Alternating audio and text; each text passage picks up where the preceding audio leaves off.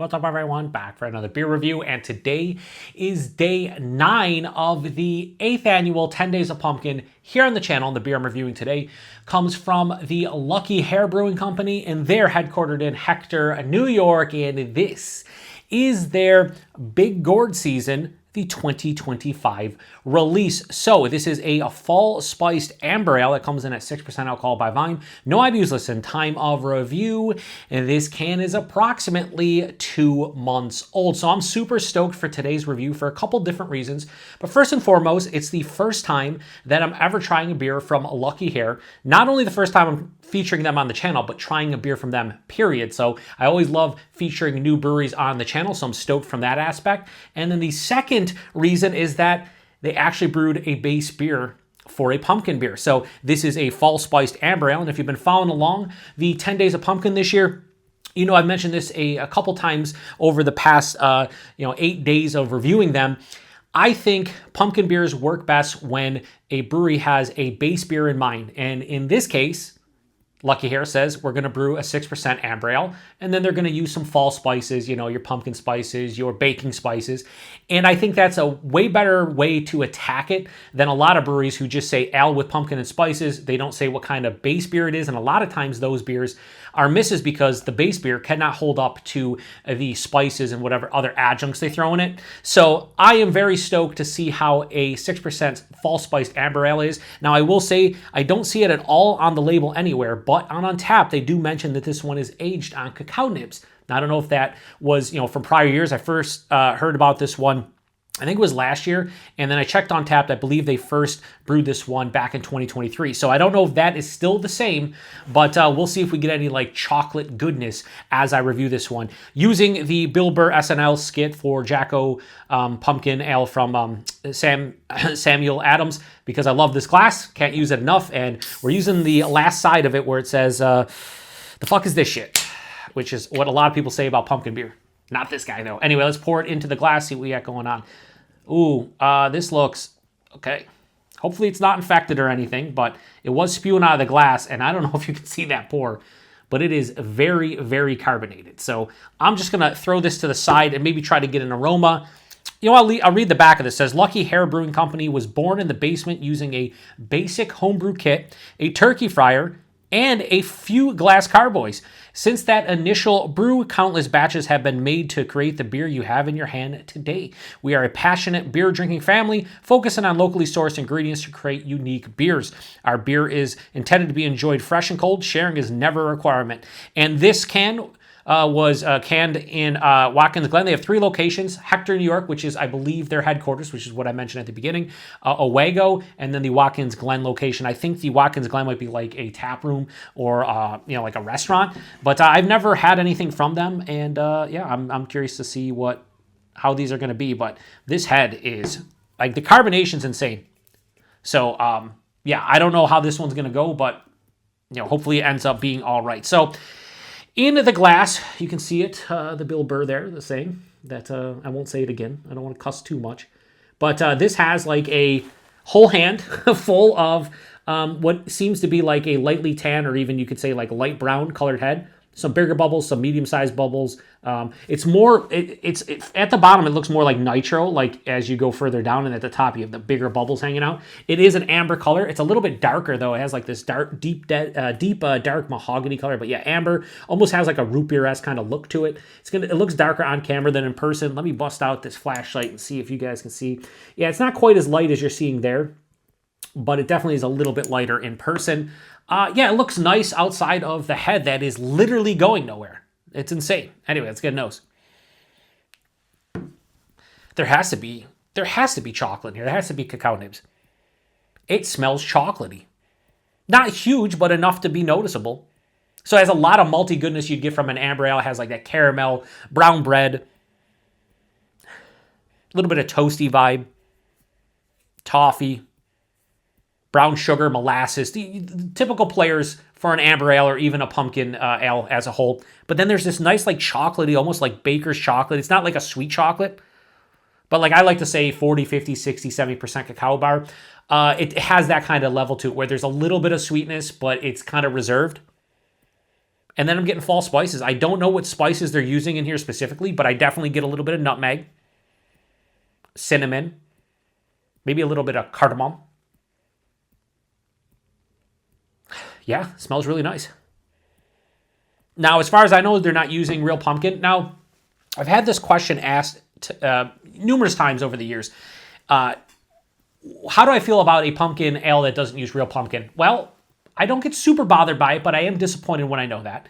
However, if the beer specifically says like pumpkin spice, or in this case, a fall spice amber ale, I'm not expecting a pumpkin ale. This is not technically a pumpkin ale. It's a fall spiced amber ale, which those fall spices are similar to pumpkin spices you would get in a pumpkin pie.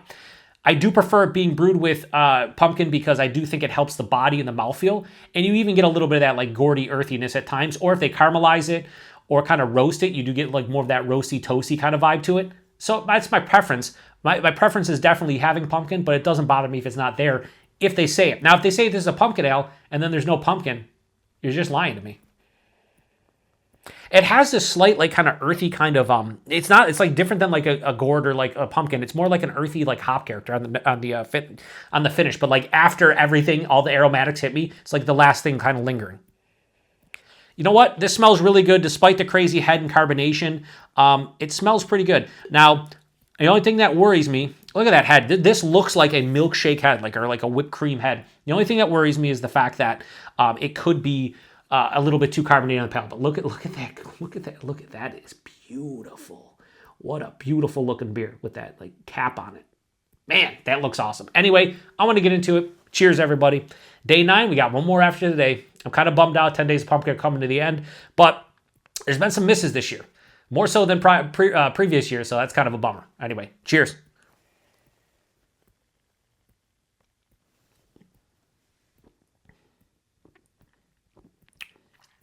All right, well, thankfully, the beer isn't infected. There's nothing wrong with it. It kind of tastes like a fall spiced amber ale. I go back for another sip. I try to make my way through the head. I succeeded, but I didn't get a lot.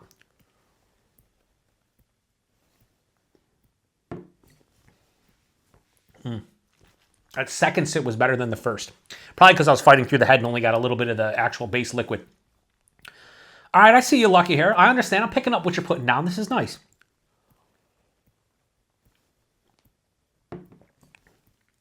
So the body for 6% amber ale, nice. It's like approaching medium, almost hits medium, right in that wheelhouse. It's cool with me. The mouthfeel, yes, it has a good carbonation, but this is not overly carbonated. This is not too effervescent. It's not too spritzy. It's not scraping all of the flavors off of my tongue as that carbonation hits, but it is higher side of moderate carbonation. Probably the most carbonated pumpkin beer that I've had this year to date.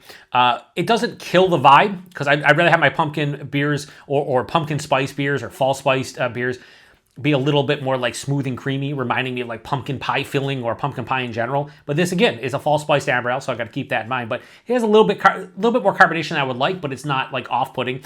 It's smooth on the second half of the palate, but pretty carbonated.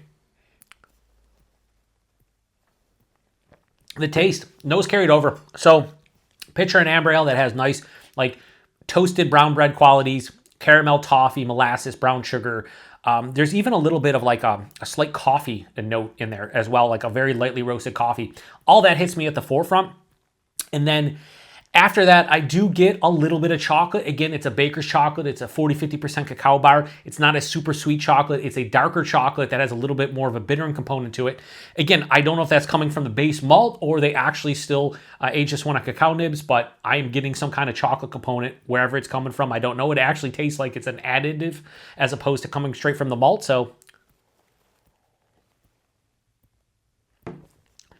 that's the first half of the palate. Second half of the palate is a little bit of vanilla mixed in with the fall spices that hit me in order of nutmeg. And now I'm getting, don't think I mentioned it in the nose, but I'm getting nutmeg, I'm getting clove, allspice, and a little bit of cinnamon. There might even be some of that cardamom I was talking about, but it has a nice mixture of fall spices. None of the spices are too overboard. They're too overtly like recognizable. They're all kind of blending in. It has a nice cohesive fall spice thing. Some of the pumpkin beers I have reviewed this year have been a little bit heavy-handed with clove. There's been a couple that have kind of ruined the beer to some degree because the clove is so intense. Mixing with the base beer gives me almost like a minty vibe. That's not happening here, which I enjoy. The the glass lacing is pretty fantastic all over the place because of the crazy head. This is a very enjoyable fall spiced amber ale, plain and simple. The finish, it's pretty dry, almost bone dry. So all that sweet malty goodness up front, stop dead in its tracks. A mild bitterness that has a little bit of like a slightly resinous, like earthy, almost touch of floral quality from the hops. But this is pretty balanced. I'd say if anything, it leans a little bit more dry, like 45 dryness to sweetness. 6%, you really can't tell. Just a nice fall spiced amber ale. That's what this beer is. I can't really knock it too much. I think the biggest detriment potentially to this beer as a whole is the carbonation. Could just be my can. Although I know the place I got it at, Brewed and Bottled, Lewiston, New York. Shout out to Chris. Harry Settle Down. He always puts his stuff right in the cooler when he gets it. It's not like it's hanging out on the shelf. He's not aging it in the sun. Chris knows what he's doing. So this one went from wherever he gets the distro of this beer from right into his cooler. And then it went right from his cooler to my house into my fridge. So no issues from that aspect. But this is just really well done, and I think I dig it quite a bit. And it's a beautiful looking beer for sure. A little bit of nuttiness too after that sip, like just a little bit. Nice beer. So I'm going to give Lucky Hare their Big Gourd season, the 2025 offer. I'm going to give this a high 4 out of 5. We'll go 4.05. Nice beer. First experience with Lucky Hare, and I would definitely recommend seeking this one out if you want something a little bit different. And again, a fall spiced amber ale, I'm here for it. So, it's cool again that they went with an actual base style as opposed to just, throwing a generic ale out there, not calling it out, throwing a bunch of spices at it, and then it being underwhelming, because it's not. It's a nice beer. Price point availability, I want to say I paid like $4.50 or $5 for that can. I would imagine if you got them in a 4-packs, probably a little bit cheaper, probably in that like $14 to $16 realm. I don't know. Never been to the brewery. Don't know where you can buy their stuff, so that's availability. This is the first time I've seen a Lucky Hare beer at Brewed and Bottled. He may have had others. I just never really recognized them. So this is a good first impression from Lucky Hare, so I'll be on the lookout for other beers if I do see them, if they do like a winter seasonal or maybe some of their IPAs or lagers or whatever else they do. If it shows up, I'll give them a go because this was a good first impression, and that's what I'm always all about. So yeah, if you've had this one before, post in the comment section. If not, and I'm sure a lot of you haven't because it's a small local New York State brewery, would you try this one? Does a fall spiced amber ale sound kind of interesting to you if you like pumpkin beers? What do you think about them aging it on cacao nibs, which I believe it still is? Do you think that makes sense? Like, it's kind of weird to do a fall spiced amber ale and put on cacao nibs, but I do think it adds an extra layer of depth and complexity to this one that kind of works for me. So I'm not angry at all with it. I'm actually pretty happy about it. I do like chocolate pumpkin flavored everything, so I do think it kind of works well with the spices and the chocolate, even though there's no pumpkin, but the pumpkin spice with the chocolate I think is well done. So yeah, that was day 9. Stop back tomorrow. It is not only Halloween, but it is the 10th and final day of the 10 Days Pumpkin, and we are doing a mead. Yes, we're doing a mead review, and I can't wait to get in that one. So I appreciate everybody stopping by for another beer review here on the Beer Patrol 6%. Now I'm getting actually a little bit warm in my chest as I've taken multiple sips, but it's still not overly done. But it is kind of weird to be able to kind of feel 6%, but no stringency on the palate, so it's good from that aspect. Anyway, I'm shutting this one down to the next one. Cheers.